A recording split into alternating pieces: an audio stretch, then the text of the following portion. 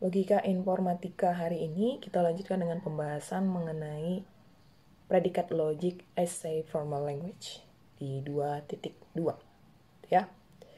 Nah, kita lihat dulu mengenai predikat logic as a formal language ini sendiri gitu ya. Nah, untuk yang pertama yang harus kita perhatikan di sana adalah terdapat dua hal yang terlibat di dalam predikat logic atau logika predika gitu ya, formulanya. Nah, yang pertama itu adalah objek mengenai yang individualnya, seperti misalnya ada A dan P yang sebelumnya kita gunakan untuk menggantikan Andi dan Paul. Nah, kemudian yang ini tadi ya, si A dan P ini tadi merupakan contoh-contoh yang sama halnya dengan variabel X dan V. Jadi si A dan P ini tadi yang sebagai satu individual itu adalah untuk variabel. Nah, terus function gitu kan ya. Function ini dapat kita gunakan untuk merefer kepada objects. Misalnya ada MA, terus ada GXY. Jadi baik itu MA maupun itu GXY, ini disebut sebagai objects. Oke, selanjutnya gitu ya, ekspresi pada logika predika yang menotasikan objek, ini yang kita sebut sebagai term. Oke, ini yang kita sebut sebagai term. Lalu hal lainnya gitu ya di dalam predika logika yang menotasikan nilai kebenaran, nilai kebenaran dari formula-formula tersebut, yang memberikan nilai kebenaran itu yang kita sebut dengan formula. Jadi misalnya ada Y dari X, MX, ini adalah formula. Kenapa? Karena sudah memberikan nilai kebenaran. Sementara yang X dan MX ini sebutannya adalah terms gitu ya. Jadi kita mengenal dua, yang pertama adalah terms dan yang kedua adalah formula yang saya kasih merah ya di situ ya. Next. Oke, ini bener nggak nih lanjutannya? Oke, nah predikat ini sendiri terdiri dari 3 himpunan. Oke, yang pertama adalah himpunan dari P, ini merupakan himpunan dari predicate. Kemudian himpunan dari F, ini merupakan himpunan dari function. Dan yang terakhir adalah C, yang merupakan himpunan dari constant. Oke, jadi ada 3 vocabulary di sana, yaitu ada predicate, ada function, dan ada constant. Nah, setiap simbol ini tadi gitu ya, setiap function ini tadi datang dengan yang namanya arity. Arity ini adalah number of arguments, banyaknya arguments. Jadi, kalau untuk yang constant, kalau misalnya dia kita buat sebagai satu function, constant ini tidak mengambil argumen apapun. Jadi, dari sekarang ini gitu ya, kita akan melihat bahwa constant itu adalah zero arity ataupun disebut dengan nullery karena dia tidak melibatkan yang namanya arguments. Karena dia berdiri sendiri. Oke. Next. Kita menyebut tadi ya udah disinggung sebelumnya yaitu terms, tapi kita mau lihat lebih lanjut. Nah, kalau yang terms itu dibangun oleh variables, constant symbols, dan juga function. Oke, nah functions itu mungkin saja bersarang, nested ya. Maksudnya seperti apa? Maksudnya seperti ini. M dari MX atau G dari MA, C. Dan ini tadi ya, ini kan disinggung sebelumnya di pembahasan mengenai ibunya si Andi ya itu ya. Oke. Nah, kita punya definition 2.1 bahwa terms itu didefinisikan sebagai berikut, bahwa any variable is a term. Variabel apapun itu disebut sebagai term. Kemudian kalau misalnya C sebagai function, C elemen F gitu ya, F-nya ini function, dan dia merupakan Euleric function, maka C merupakan suatu term. Oke, C merupakan suatu term. Kemudian, kalau kita punya ada T1, T2, dan selanjutnya sebagai satu terms, kemudian kita punya F sebagai function dengan arity yang lebih dari 0, maka F dari, ataupun formulanya ini, F dari T1, T2, dan seterusnya, ini juga merupakan term. Nah, selain apa yang didefinisikan di atas, nothing else is a term. Jadi nggak ada lagi yang merupakan term. Oke. Nah, Backus-Naur membuat satu formula yang bisa dituliskan sebagai berikut ya gitu ya. Dimana T itu didefinisikan sebagai X, kemudian ada bloknya C, kemudian ada blok F, T gitu ya, sampai dengan beberapa T di sana. X ini adalah himpunan dari variabel. C ini adalah constant. Ya, constant dalam hal ini dia merupakan Euleric function pada F. Kemudian yang F kecilnya di sana adalah satu formula yang yang dihadapkan kepada elemen dari si F besar ini sendiri. F ini sendiri. Oke. Dimana N-nya ataupun arity-nya itu lebih dari 0. Nah, di sana perlu diperhatikan bahwa blocks yang pertama itu adalah constant. Oke. Itu adalah constant. Kemudian lebih banyak lagi terms yang lebih kompleks itu dibangun oleh function symbols. Dibangun oleh function ya maksudnya. Kemudian notion-nya itu saling bergantung. Jadi kalau misalnya ada satu yang diubah, maka keseluruhan set ini juga harus diubah. Oke. Next, saya punya di sini adalah contoh 2.2. Misalkan ada N, F, dan G. Masing-masing ini merupakan function, tapi N itu yang nullary, F itu yang unary, dan G-nya itu yang binary. Jadi, ini saya bedain warnanya ya, hitam sama hijau sama merah tua. Jadi, berdasarkan ini tadi ya, simbol-simbol yang diberikan ini tadi, untuk G, F, N, N, dan F, G, N, F, N, ini adalah terms. Kenapa? Karena G itu kan binary. Jadi yang terlibat di dalamnya ada 2. Oke, di dalamnya ada 2. Nah, sementara F ini adalah unary. Yang di dalam F itu hanya 1. Dan N karena dia nullary, dia harus berdiri sendiri. Demikian juga dengan yang ini. F-nya tadi adalah unary, jadi hanya ada satu term yang terlibat di dalamnya, yaitu G, N, Fn. G itu adalah binary, jadi harus ada 2 yang terlibat di dalamnya. Oke. Kemudian ada F lagi di dalam G ini, Fn. Tapi nggak masalah karena F-nya tadi kan unary, jadi hanya ada satu N di dalamnya. So, it's okay. Tapi akan beda ceritanya kalau misalnya ketemu bentuk GN. GN bukanlah term karena mereka menyalahi aturan mengenai arities itu sendiri. G harusnya tadi binary, tapi yang di dalam itu termnya itu hanya ada N. Jadi ini menyalahi aturan mengenai arity. Demikian juga ketika ada F, Fn, N. Fn benar, Tapi masalahnya f dari fn, n, nah ini yang menyalahi aturan. Ya, oke.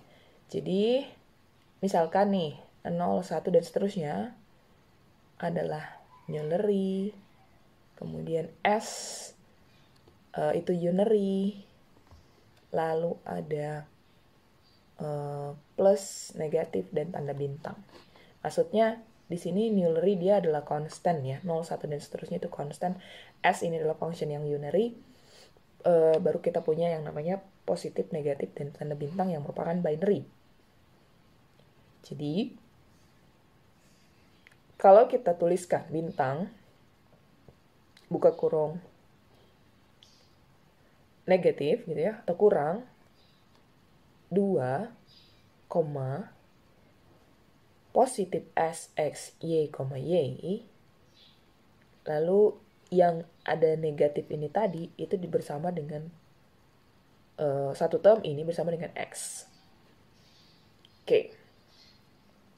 Keseluruhannya ini adalah term dan boleh dituliskan dalam suatu pohon ya, parse tree gitu.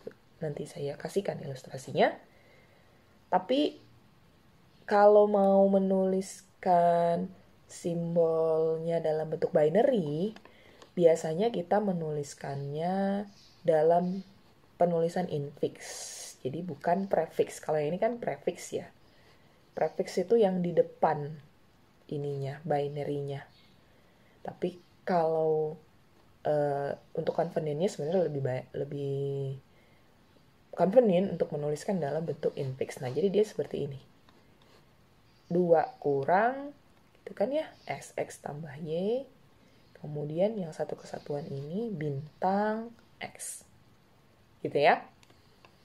Oke. Ini dia parse tree-nya tadi. 2 kurang, gitu kan. Ada SX plus Y bintang X. Jadi bacanya itu dari ininya ya, dari yang paling kiri kita ke kanan gitu kan, dan yang lebih tinggi derajatnya itu nanti kurungnya lebih di luar lagi gitu. Oke. Seperti ini dia parse tree-nya. Oke, next kita punya formulas. Oke, formulas ini kita lihat dulu bahwa untuk memilih ya himpunan-himpunan P dan himpunan-himpunan F ini sebagai predikat dan function, ini sebenarnya tergantung dari apa yang kita mau deskripsikan. Misalnya kalau kita bekerja pada database yang merepresentasikan relasi dari satu hal gitu ya pada hal yang lainnya, dalam hal ini kita gunakan misalnya ada P sebagai predikat terdiri dari M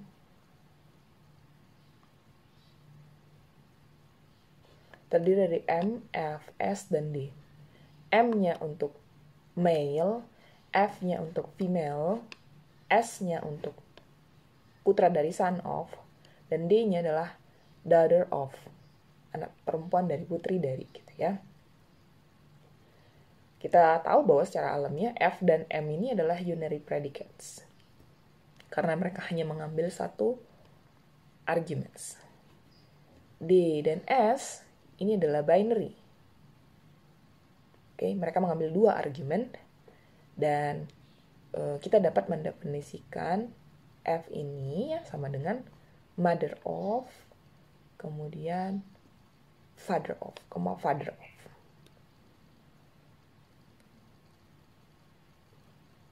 Oke, karena kan kalau misalnya kita berbicara tentang putra dari anak laki-laki dari ada 2 orang di dalamnya, ada ayahnya, ada ibunya. Ini juga sama. Anak perempuan dari tentu ada ayahnya dan ada ibunya. Nah, sekarang kita udah tahu bahwa terms-nya sudah diberikan tadi ya, si F-nya.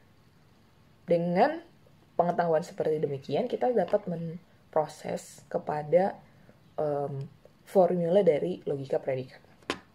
Oke. Kita lihat di sana ada yang namanya definition 2.3. Kita berikan satu set dari formula. Jadi ada F, P. Dan diberikan definisinya ya. Ada beberapa poin di sana bahwa kalau misalnya P, himpunan P sebagai anggota dari himpunan P, ini adalah predikat, artinya N lebih dari sama dengan 1, T1, T2 sampai dengan Tn adalah terms over F, maka P untuk T1, T2 sampai dengan Tn ini adalah formula. Diberikan Psi adalah formula, maka negasi dari Psi juga merupakan formula. Ups, ini bukan Psi. Pi ya, Pi, ini Pi. Jika Pi adalah formula, maka negasi dari Pi juga merupakan formula. Nah, kalau ada Pi dan Psi, ini merupakan formula, maka demikian halnya juga untuk Pi dan Psi, Pi atau Psi, serta Pi maka Psi.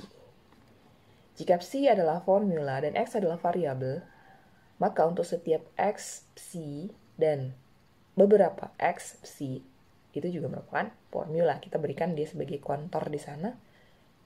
Pemberian tanda kuantor juga menyebabkan term ini tadi, bukan term ya, menyebabkan kesatuan ini tadi sebagai formula. Selain yang didefinisikan di atas, nothing else is a formula.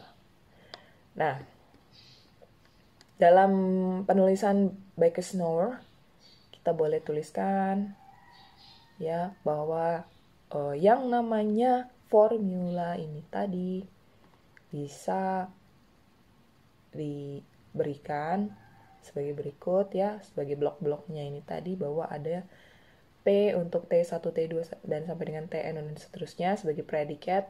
Kemudian ada ini negasi dari P dan Psi, P atau Psi, P maka Psi, ini juga sebagai formula di sana. Dan yang terakhir adalah si kuantor, penggunaan tanda kuantor. Itu juga sebagai formula. Jadi saya nyebutnya ini term atau formula. Ini harusnya formula juga ya. P-nya ini ya. Oke. Nah, untuk P sebagai predikat simbol, arity-nya itu N lebih dari sama dengan 1. Kalau dia merupakan terms over F and X, terms over F, dan X-nya di sana adalah variabel. Oke, next. Ini ada convention 2.4. Ini untuk convenient kita menuliskan masing-masing dari kuantor-kuantor ini dan juga tanda negasi ini dengan order, bahwa kuantor, tanda negasi serta kuantor ya, baik itu yang universal maupun yang eksistensial, ini yang memiliki yang paling ketat gitu, yang the most tightly. Baru kemudian yang paling ketat, maksud saya gini, yang paling kuat gitu. Baru kemudian diikuti oleh atau dan. Baru kemudian diikuti oleh si implikasi. Dalam hal ini merupakan satu yang asosiatif kanan gitu ya. Oke, dan kita juga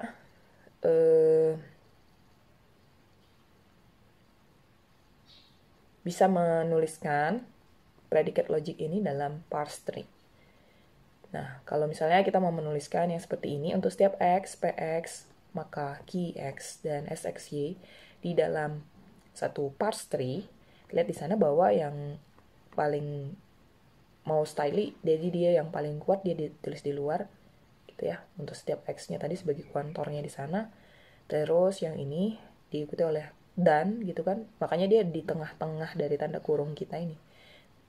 Lalu ya ini tadi si implikasi. Oke. Nah, lihat contohnya tadi dalam parse tree dia ditulis sebagai berikut. Terlihat di sana bahwa kuantor ini ada di urutan paling atas karena dia merupakan yang bind-nya tuh paling tight, paling kuat. diikuti oleh yang ini, tanda dan, diikuti oleh tanda panah atau implikasi. Gitu dia ya. Oke, next. Kita mau mentranslate every son of my father is my brother, gitu ya, bahwa kita memiliki father sebagai predikat ataupun sebagai simbol dari function. Oke, jadi ada sebagai predikat itu SXY-nya adalah X sebagai putra dari atau anak laki-laki dari Y, FX-Y adalah X adalah ayah dari Y, kemudian BX-Y adalah X adalah brother ataupun saudara laki-laki dari Y. Nah, di dalam penulisan simboliknya jadi seperti ini ya. Atau diartikan untuk setiap X dan untuk setiap Y, jika X adalah ayah dari M dan Y adalah anak dari X, maka Y adalah saudara laki-laki dari M. Seperti itu dia ya. Oke.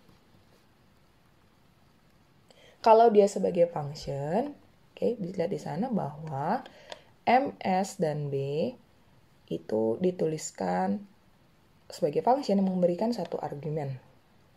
Nah, ini hanya boleh bekerja dikarenakan father itu unik. Oke. Setiap orang hanya memiliki satu father secara biologis ya, tentu saja. Jadi F itu adalah function sehingga boleh dituliskan dalam bentuk sebagai berikut. Untuk setiap X, SX, FM, maka BXM.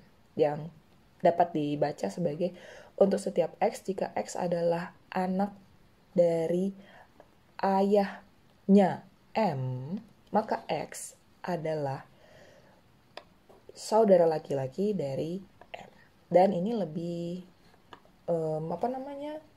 lebih sederhana ya daripada yang tadinya kan, yang tadi yang di predikat ya, yang di contoh 1. Nah, kenapa? Karena hanya melibatkan satu quantifier. Hanya ada quantifier universal di sana. Oke. Nah, ini untuk yang free and bound variables ini dilanjutkan di meeting selanjutnya. Untuk yang hari ini cukup sampai di 2.22 gitu ya. Oke, demikian pembahasannya. Semoga boleh bermanfaat. Atas perhatiannya saya ucapkan terima kasih.